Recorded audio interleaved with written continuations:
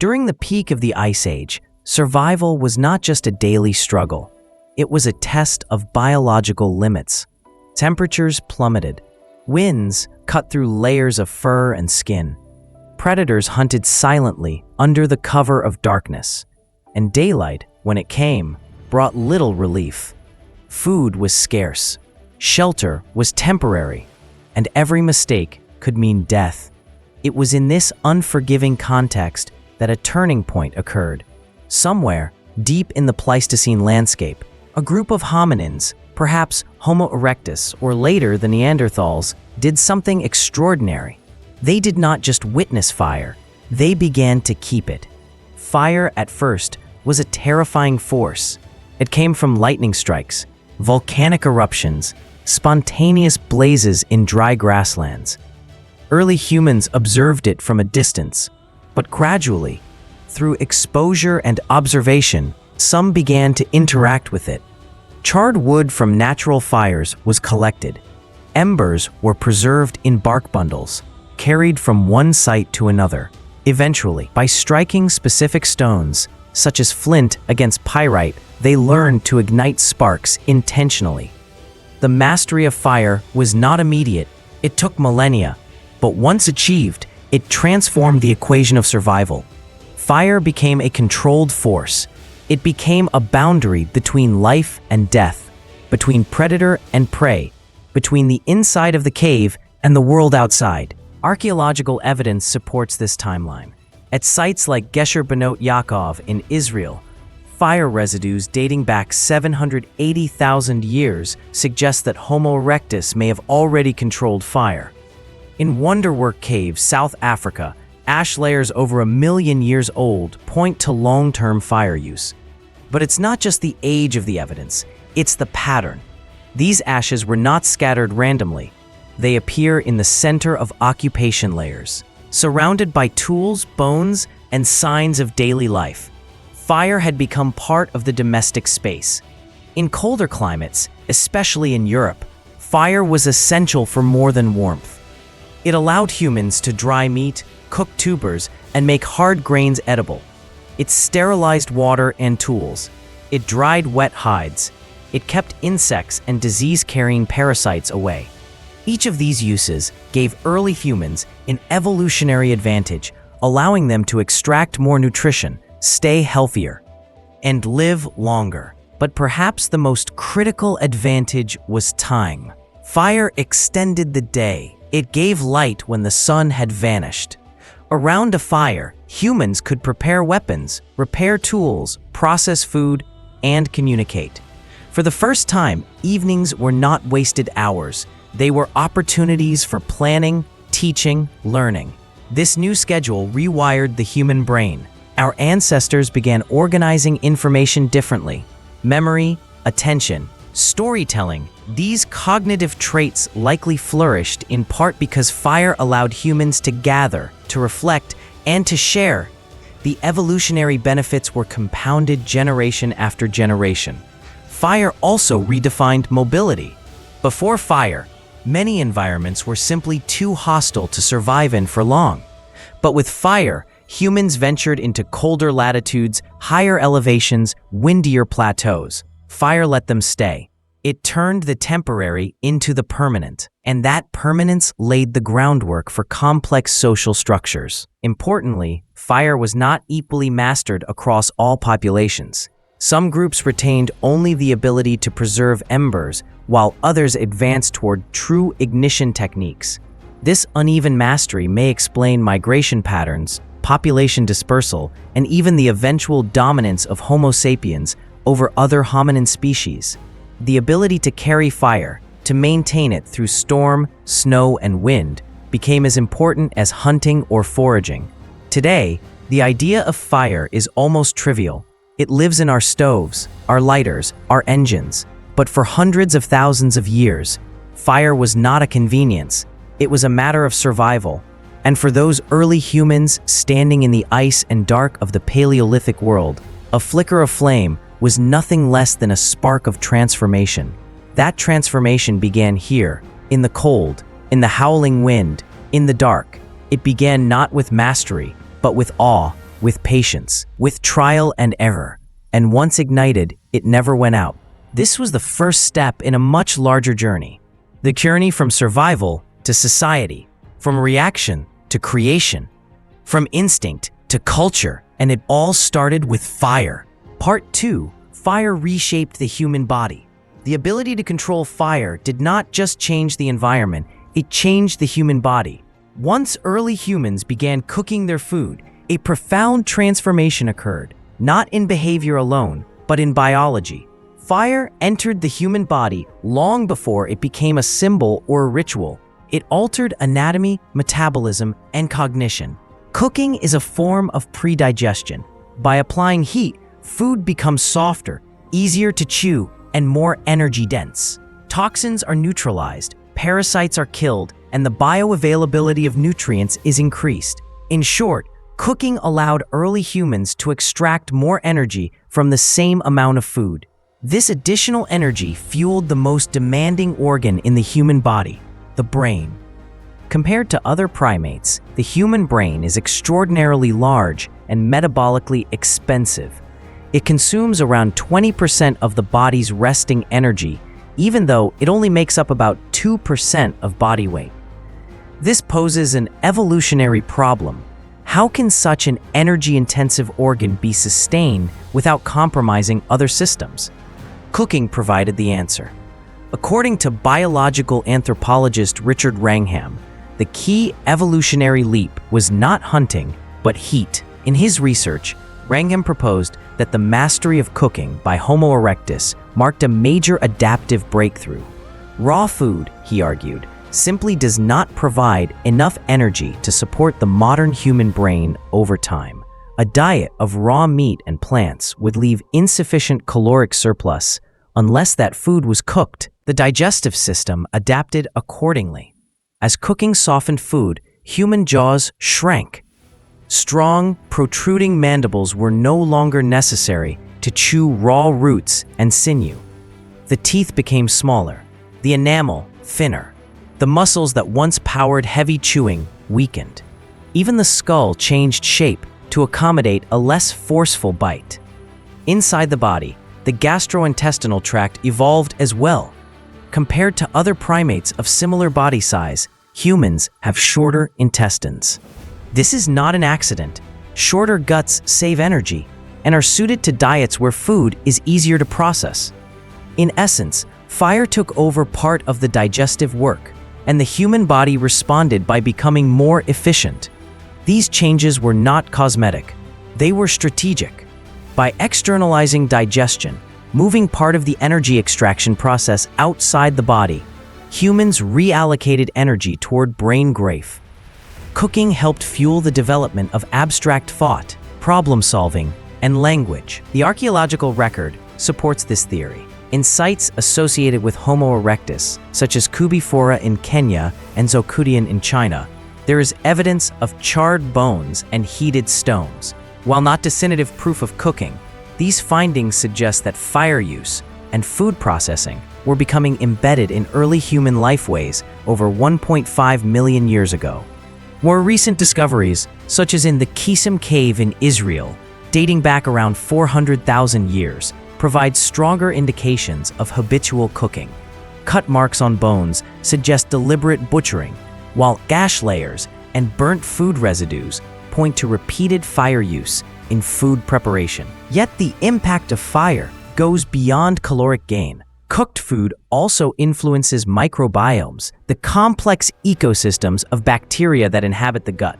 Recent studies show that cooking reduces the diversity of microbes in the human digestive tract. While some microbes are lost, others adapt to processed diets. This reshaping of the microbiome may have reduced exposure to harmful pathogens and increased energy efficiency. Additionally, cooking introduces new chemical compounds, some beneficial, others harmful. Heterocyclic amines and acrylamides, for example, are produced by high-temperature cooking and are now linked to modern health concerns like cancer. But these compounds would not have mattered in prehistoric contexts, where life expectancy was low and the benefits of cooking far outweighed the risks. Another layer of complexity is the social dynamic introduced by cooking. Raw food can be consumed individually, on the move. Cooked food requires time, planning, and often cooperation. Gathering fuel, tending fires, waiting for meals, these activities encouraged group cohesion. Food became central not just to survival, but to social structure. Cooking may also have played a role in sexual division of labor. Some anthropologists propose that while men hunted, women gathered and cooked, which gave rise to new patterns of interdependence and partnership. The hearth became a nucleus, not only of warmth and light, but of community. Moreover, the smell of cooked food carries over long distances, acting as both an attractor and a risk. It may have brought groups together, facilitated trade, or triggered conflict. This risk-reward dynamic shaped behaviors around food protection, sharing, and even territorial defense. As cooking technology advanced, moving from open fires to stone hearths to pits and clay ovens, so did dietary diversity. Humans began to prepare starches, grains, and legumes. Previously inedible foods became staples. The human diet expanded from a narrow survival toolkit to a flexible, culture-specific cuisine. Today, the human body still bears the legacy of fire. Our teeth, guts, metabolism, and even social customs reflect millions of years of adaptation to cooked food. We are biologically dependent on cooking. Without it, our species would not have evolved in its current form. This dependency is not just evolutionary, it is ongoing. In modern contexts, cooking remains central to human life. It defines cultures, rituals, economies, and it all began with one critical shift when our ancestors stopped merely eating and began to cook. In a dark cave beside a fire, someone boiled a root. Someone roasted meat. Someone waited, learned, and passed the knowledge on. That act did more than feed a family. It rewrote our biology. It made room for thought. It made space for speech. It made us human. Part 3. Fire against beasts and across borders. Fire was not invented to cook. It was not first used to tell stories or gather families. At its core, fire was a defensive tool, an elemental barrier that separated life from death. In the unforgiving world of the Pleistocene, it served a primary function, keeping predators away. The Ice Age was populated by formidable carnivores, cave lions, dire wolves, giant hyenas, short-faced bears, creatures adapted to cold, darkness, and the scent of prey. For early humans, being noticed was a liability. Without sharp claws, thick hides, or natural armor, they were easy targets in the night. But fire changed that equation. Predators evolved to avoid fire. Heat and flame were not just unfamiliar, they were dangerous. Fire represented chaos, pain, unpredictability. Most animals instinctively feared it. Early humans, learning from this pattern, used fire as a shield. Camps were ringed with flames. Embers were scattered to deter approach. In some sites, burnt bones and singed tools suggest that fire pits were positioned not for warmth, but as perimeter defenses. This defensive application was revolutionary. No other species had the foresight or the coordination to use fire in this way. Fire became the first controlled boundary. It turned wild space into habitable space. Where fire could be maintained, humans could remain. This allowed something unprecedented, permanence in hostile environments. With fire, humans didn't have to flee the cold, they could inhabit it. Regions previously unlivable, windy plateaus, frozen valleys, high-altitude caves became accessible. The distribution of archaeological sites reflects this.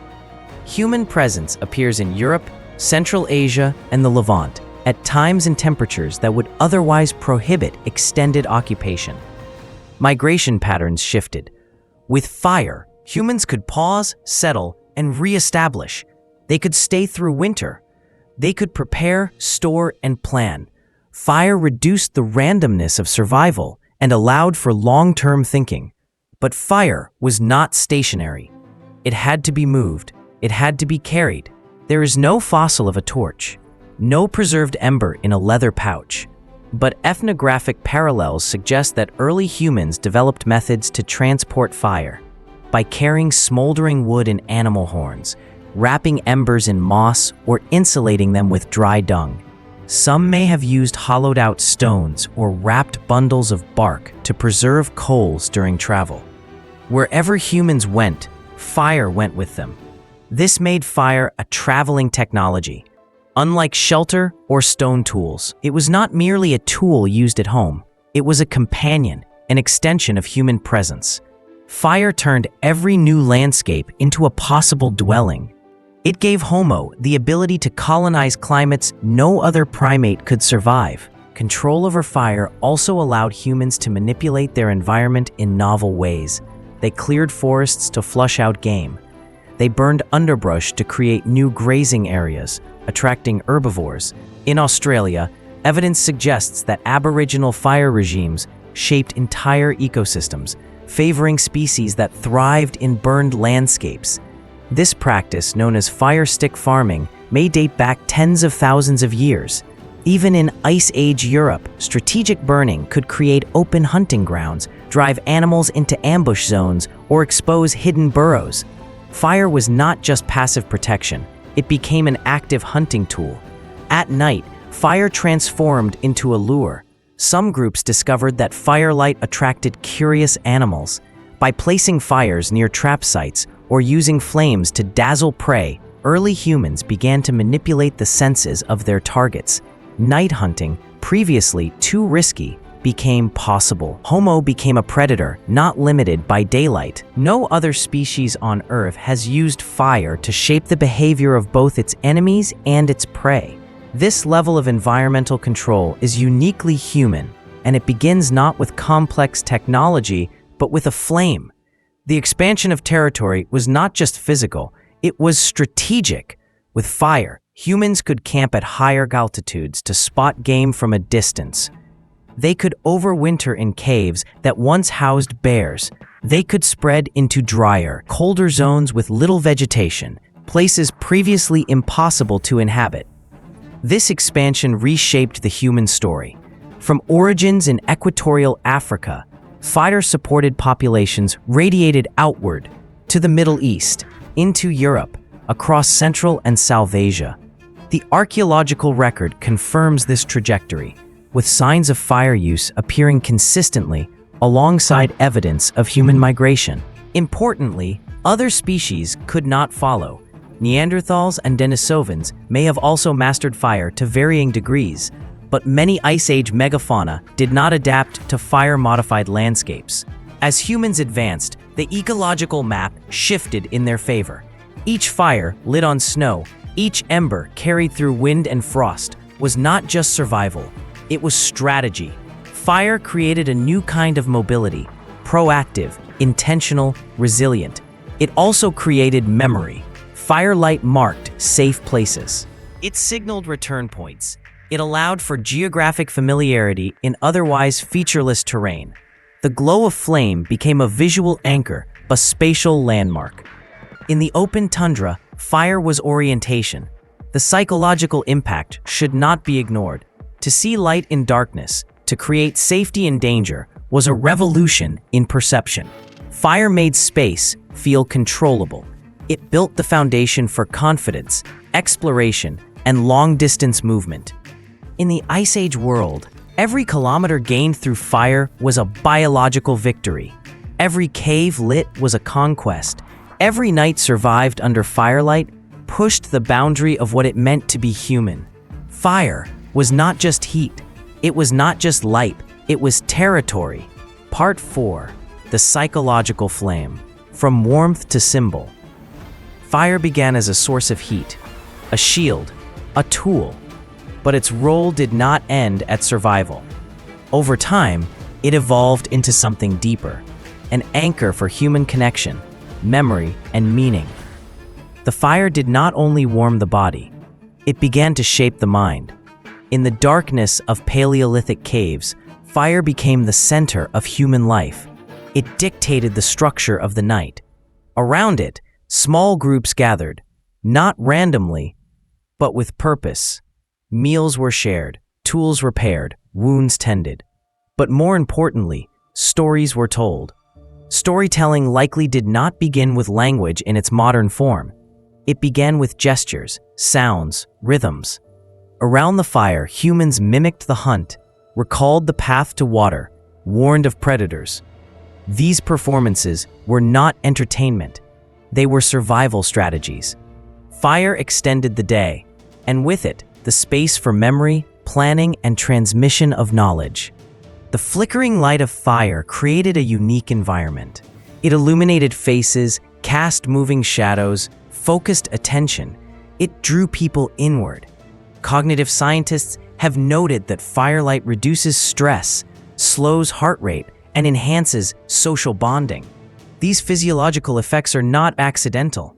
They are evolutionary reinforcements. Around the fire, humans learned to listen. Listening became learning. Learning became culture. The fire was not just a physical phenomenon, it was psychological infrastructure. It offered stability in a chaotic world. In Ice Age landscapes filled with danger, the fire marked a temporary zone of safety, both literal and emotional. In this space, hierarchies softened. Elders spoke, children listened. Memory was transferred. Memory itself is not unique to humans. Many animals can recall threats or track routines. But symbolic memory, the ability to represent events, ideas, and meanings beyond the present, required a cognitive leap. Fire provided the conditions for that leap. Anthropologist Polly Wiesner studied contemporary hunter-gatherer groups such as the Juhoansi of the Kalahari and found a distinct difference between daytime and nighttime conversations. Daylight was reserved for practical coordination, hunting, gathering, disputes. At night, around the fire, conversations shifted to history, ethics, myths, and speculation. This pattern, she argued, may have existed for tens of thousands of years.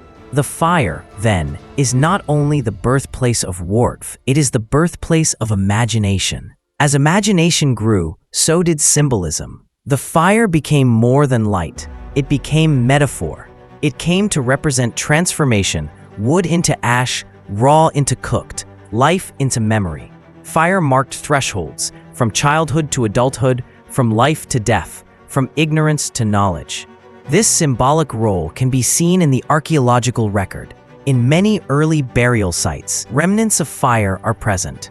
Charcoal near human remains, evidence of deliberate burning, or fire-blackened stones suggest ritual behavior. Fire was not only practical, it was ceremonial. In Upper Paleolithic cave art, found in France, Spain, Indonesia, many paintings were created deep within cave systems, far from natural light. Fire was used to illuminate walls, but also possibly to animate the images.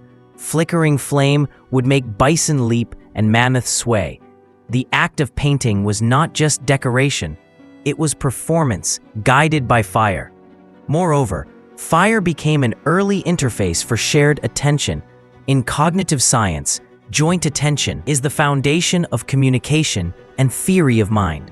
Around the fire, humans looked at the same light, responded to the same shadows, oriented toward a common center. This synchronization fostered group identity. Eventually, fire assumed roles beyond the natural. It was linked to deities, spirits, and ancestors. In many early belief systems, fire was considered sacred. It was never left unattended. It was treated as a living force. In Indo-European traditions, Zoroastrianism, Vedic rituals, and later Greek temples, fire was central. This pattern emerged independently in multiple cultures. The symbolic nature of fire expanded alongside social complexity. In early villages, hearths became the physical and symbolic center of homes. In some cases, the hearth outlived its builders, serving as a mark of generational continuity. In others, communal fires burned for festivals, rites of passage, or judgments. The transition from physical tool to psychological symbol is unique to humans. No other species gathers around fire, builds stories from flame, or constructs belief systems from combustion. This transformation, from physics to psychology to culture, is a defining arc in the human journey. What makes this arc remarkable is its durability. Even today, fire remains a potent symbol. We light candles for the dead, we pass Olympic flames, we gather around birthday cakes, we hold vigil with fire. Each act, however modern, is a continuation of a Paleolithic instinct to mark meaning through flame. In a neurological sense, a fire may have helped structure early consciousness. The repetitive, rhythmic nature of fire, crackling, flickering, glowing, stimulates the brain in predictable ways. It calms, focuses, entrains.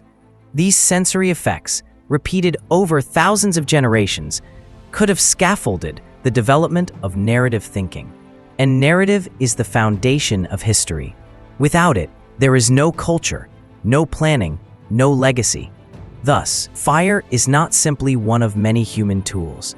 It is the tool that created the conditions for symbolic thought.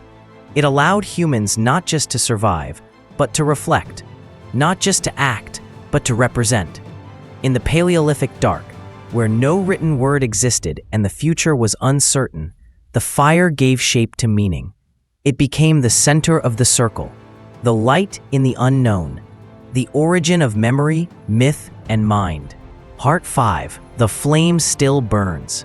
Tens of thousands of years have passed since the first humans gathered around a fire. Yet the behavior has not disappeared. In fact, it persists with remarkable consistency. Across modern societies, humans continue to sit around sources of light, campfires, candlelit dinners, stage lighting, bonfires, fireworks, even the Olympic torch. The flame remains at the center. Why? The answer is not nostalgia. It is not coincidence. It is legacy. Embedded deep within human cognition is a recognition of fire as a signal of safety, focus, and meaning. In evolutionary terms, fire became more than a tool. It became a structure around which behavior, ritual, and identity were shaped. Even in industrialized environments, where electricity has replaced natural flame, the pattern survives. When power goes out, people instinctively reach for candles. When celebrating, we light sparklers, lanterns, or torches.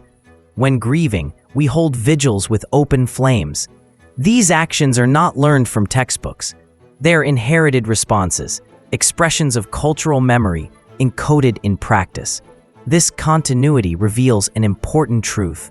The human relationship with fire did not end with the invention of matches or electric bulbs.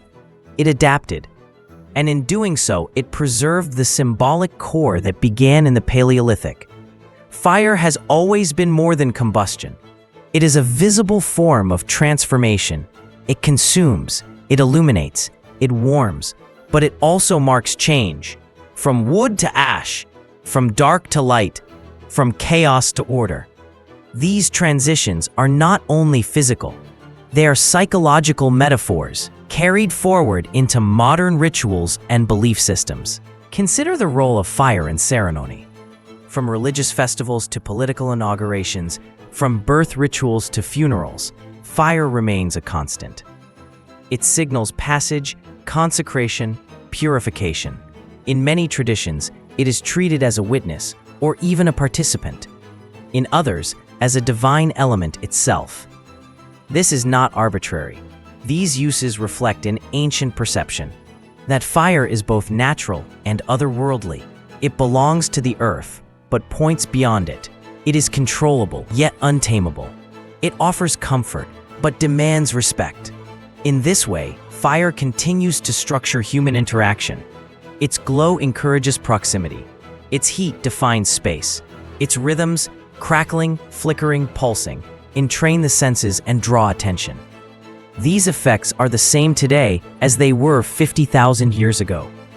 Neurologically, the human brain still responds to firelight in calming, focusing, and socially reinforcing ways. That response has been passed down, not just behaviorally but perhaps even epigenetically. The constant presence of fire over millennia may have shaped certain neural pathways, strengthening associations between light, safety, and group bonding. It may help explain why artificial lighting designed to mimic fire, warm tones, flickering sources, is often preferred in social spaces. But the symbolic dimension is equally persistent. Fire continues to represent knowledge, resistance, identity, Prometheus stealing fire for mankind, the eternal flame at war memorials, the burning candle of remembrance, the torch as a symbol of enlightenment. These are not cultural accidents. They are cognitive echoes. They reflect the enduring human need to externalize internal meaning, to take emotion, memory, or value and place it outside the body, where others can see and respond. Fire, with its visibility and dynamic form, serves this function perfectly. It is no surprise that across history, many revolutions, social, political, intellectual, have been described in terms of fire, a spark, a blaze, a burning idea. These metaphors work because they are rooted in something older than language, the memory of real fire, shaping real lives. Even entertainment reflects this. From theater spotlights to the glow of screens, modern humans still organize shared experience around projected light. Shape and source have changed, but the behavioral pattern remains. Attention converges around brightness. Emotion is shared in proximity to glow. This is the legacy of fire. It is not stored in archives or museums. It is embedded in action, habit, ritual. It lives in how we celebrate, how we mourn, how we remember. And it all began with a necessity, a survival strategy in the cold. The original fire was utilitarian. It cooked meat, dried hides, lit the night. But it became something more. It became the stage on which human thought emerged. Around it, we built language, memory, and myth. Around it, we became human. Today, we rarely need fire to survive, but we still turn to it when we seek meaning, when we gather, when we reflect. That flame, once flickering in a cave of ice, still burns, passed from hand to hand, generation to generation, culture to culture. It has never gone out. It is not just fire that we have carried forward. It is everything that came with it. The stories, the symbols, the instinct to gather around light and say, "This is who we are."